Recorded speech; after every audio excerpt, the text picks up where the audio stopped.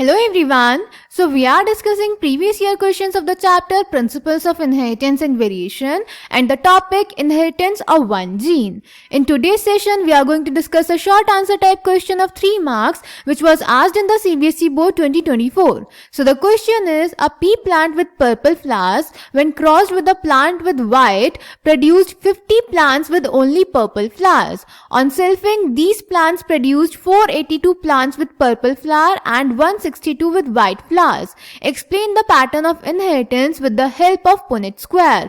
तो बेटा इस क्वेश्चन में हमें कहा गया है कि एक पी प्लांट जिसके पास पर्पल फ्लावर्स हैं उसको हमने क्रॉस करवाया एक ऐसे पी प्लांट के पास जिसके पास व्हाइट फ्लावर्स हैं, तो उनके क्रॉस से हमें 50 प्लांट्स मिले जिनके पास पर्पल फ्लावर्स थे। और जब इनकी सेल्फिंग कराई गई तो हमें 482 प्लांट्स मिले जिनके पास पर्पल फ्लावर्स थे और 162 प्लांट्स मिले जिनके पास व्हाइट फ्लावर्स थे। तो हमें इस इनहेरिटेंस का पैटर्न एक्सप्लेन करना है with the help of Punnett square. Clear? So let's check the answer. तो बेटा इस इनहेरिटेंस का पैटर्न एक्सप्लेन कर सकते हैं मेंडल के law of dominance and law of segregation. Law of dominance कहता है बेटा कि जो भी कैरेक्टर्स होते हैं वो फैक्टर्स से गवर्न होते हैं। ये फैक्टर्स पेयर में अकर करते हैं। जब डिसिमिलर फैक्टर्स का पेयर होता है तो एक ही फैक्टर अपने आप को एक्सप्रेस करता है जो कि होता है डोमिनेंट और दूसरा खुद को एक्सप्रेस नहीं करता जो कि होता है रेसेसिव। इसी लॉ के बेसिस पे उन्होंने एक्सप्लेन किया था मोनोहाइब्रिड क्रॉस में F1 जनरेशन में सिर्फ एक ही कैरेक्टर का एक्सप्रेशन और F2 जनरेशन में दोनों कैरेक्टर का expression in the ratio 3:1। Clear? Then law of segregation बेटा कहता है कि एलील्स और फैक्टर्स एक दूसरे से ब्लेंडिंग शो नहीं करते और जब गैमीट फॉर्मेशन होता है तो ये फैक्टर्स और एलील्स एक दूसरे से सेग्रीगेट हो जाते हैं और एक गैमीट में एक ही एलील या एक ही फैक्टर आता है। तो अगर होमोजाइगस कंडीशन होगी तो दोनों गैमीट्स के पास सेम फैक्टर जाएगा और अगर हेट्रोजाइगस कंडीशन होगी तो दोनों गैमीट्स के पास डिसिमिलर फैक्टर्स जाएंगे। Clear? So the answer is the given pattern of inheritance follows Mendel's laws of inheritance, that is law of dominance and law of segregation. Law of dominance, it states that characters are controlled by discrete units called factors.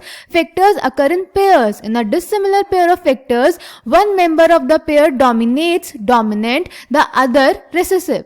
The law of dominance is used to explain the expression of only one of the parental characters in a monohybrid cross in the F1 and the expression of both in the F2. It also explains the proportion of 3:1 obtained at the F2. Clear? The law of segregation, this law is based on the fact that the alleles do not show any blending and that both the characters are recovered as such in the F2 generation, though one of these is not seen at the F1 stage. यही हमारे question में हमें condition दी गई थी। Though the parents contain two alleles during gamete formation, the factors or alleles of a pair segregate from each other such that a gamete receives only one of the two factors.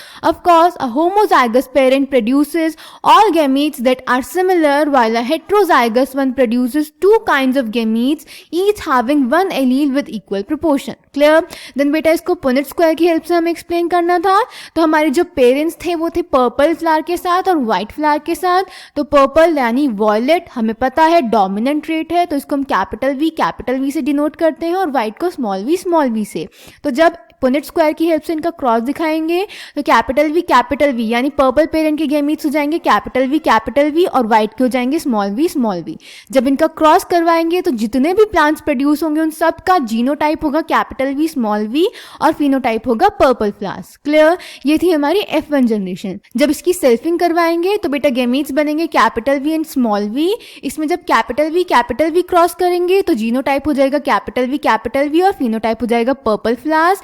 जब capital V small v cross करेंगे तो genotype हो जाएगा capital V small v और phenotype हो जाएगा purple flowers. और जब स्मॉल वी क्रॉस करेंगे तो जीनोटाइप हो जाएगा स्मॉल वी और फिनोटाइप हो जाएगा व्हाइट और इनका फिनोटाइपिक रेशियो आ जाएगा purple is to white, that is 3:1। Clear? So I hope this question is clear to you. Thank you.